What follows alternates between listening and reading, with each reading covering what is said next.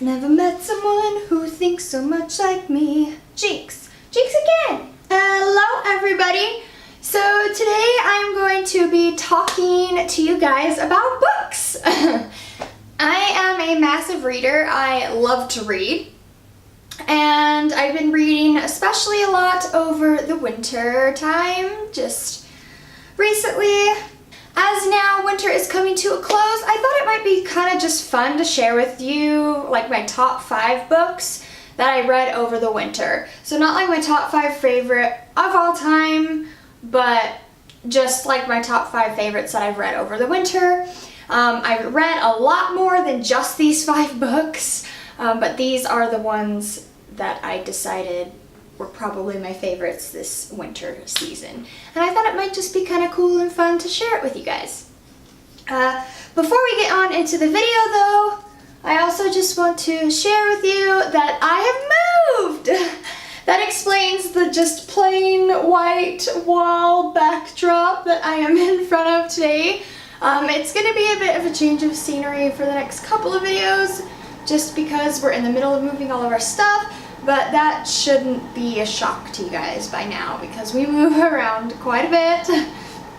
However, we did not move from Utah. We're still in Utah. We just moved from complex to complex, and we'll be in this one for a good year at the very least. So now on to the video.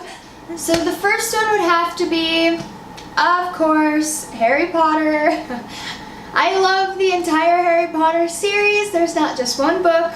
So I am putting in the Harry Potter series as book 1 of my favorite book that I read this winter. Right now we're reading the 4th. Kyle and I are reading it together. And if I made an all-time favorites book video, this would be first on my list. It's just my everything. So if you guys don't know what Harry Potter is, where have you been? But no, Harry Potter is a great book, a great read. Seriously, if you have not read it yet, you have not lived. You need to read Harry Potter, it's amazing. Don't just watch the movies, you have to read the books. The books are way better, they're just astounding. So the next book that I have on my list is Holding Up the Universe. I'll insert a photo of that here because I don't have the book with me because like I said, we're in the middle of moving, and right now all of my books are at our other apartment waiting to be transferred to this new apartment. So I don't have the book with me, but Holding Up the Universe was an amazing book.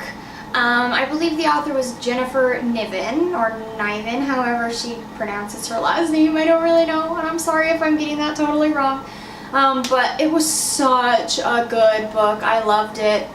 Kind of dealing a little bit with mental illness, but mainly about accepting like who you are and, I don't know, loving yourself, which I really liked. It was a good message, a nice, easy read. And it was nice and lighthearted and cute and fun, and I liked it a lot. And it dealt with some very real issues in a very positive way, which I really appreciated about it. My third book is another one I'll have to insert a photo of here. And that is The Girl on the Train. Again, I don't have this book with me, it's at my other place, but this was such a good book. Now, I haven't seen the movie, but the book was really phenomenal. If you haven't read it yet, I seriously suggest you do. It's great. And it's kind of more suspenseful thriller type. So, and here, take this from me. I get scared really, really easy, and I can handle reading the book. So if you scare easy, I think you'll be okay. It does get a little intense at part, but it's so good. It's a book that keeps you guessing the whole way through, and it's a real page turner because you just have to know. And you think you're on to someone, and then it turns out it flips it around and totally makes you second guess what you thought you knew. And you start questioning other characters instead. And it's really good. It definitely keeps you going until the very end. I blazed through that book in like 2 days, and that's with like me having to go to work and do other things, and I was like busy too. So good book, great, loved it, amazing book. The next book is this, and this is The Leaving, and I really like this book. It's basically about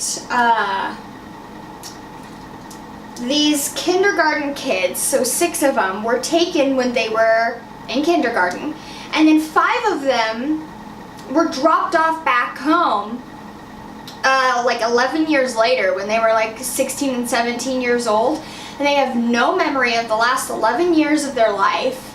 And it's basically them going through and trying to like discover what happened to them and get their memories back and just like figure it all out. The writing style also is really unique. It's like not a writing style that I've really ever seen before in a book, so that also keeps it very interesting and different and alive, I guess. But it's a really good read. Another one, this is technically classified as like a thriller. However, like I said, I get scared really easy, but even I can handle this book. There were a couple parts where I was kind of like, ooh, it makes you a little sketched out, but it's really not that bad. I love it. It's a great read. I suggest you read it if you're really into books like I am. It definitely keeps you going, it keeps you guessing, and it's kind of one of those books where it makes you want to be a detective, if you know what I mean. Like, you want to figure it out before the characters figure it out, even though you can't figure it out until you've gotten through the whole book, just because there's no way you can get more information than what the author's giving to you, but you think you know when you really don't. But it's really cool. I like it a lot. It keeps you guessing, and I like the books that keep you guessing because it just makes you want to know the answer that much more, and it just keeps you reading that much quicker. Okay, so my 5th and final book is this book. It's called Finding Audrey, and it's another good book. This one deals with mental illness. I relate a lot to it because she has depression and panic attacks and anxiety, and she went through a trauma, which it doesn't completely divulge to you what it is, but she went through a traumatic experience that caused all of these things. And it may have been a different type of traumatic experience that I went through, but I went through a traumatic experience that kind of caused all of these problems with me as well. So I just really related to the character a lot. But there's an interesting dynamic between her brother and her mom, and it's basically just her not necessarily overcoming the anxiety, because it's still there until the end with her, but it's basically her learning how to cope with it and control it and really not let it control her. Like, she's learning how to control it, and I'm kind of going through the same thing right now, so I just found it really inspiring and I loved it. And again, it was like a super easy read. So if you like easy reads, then this is definitely a good one. Even though it's an easy read, it was a fantastic book. I loved it.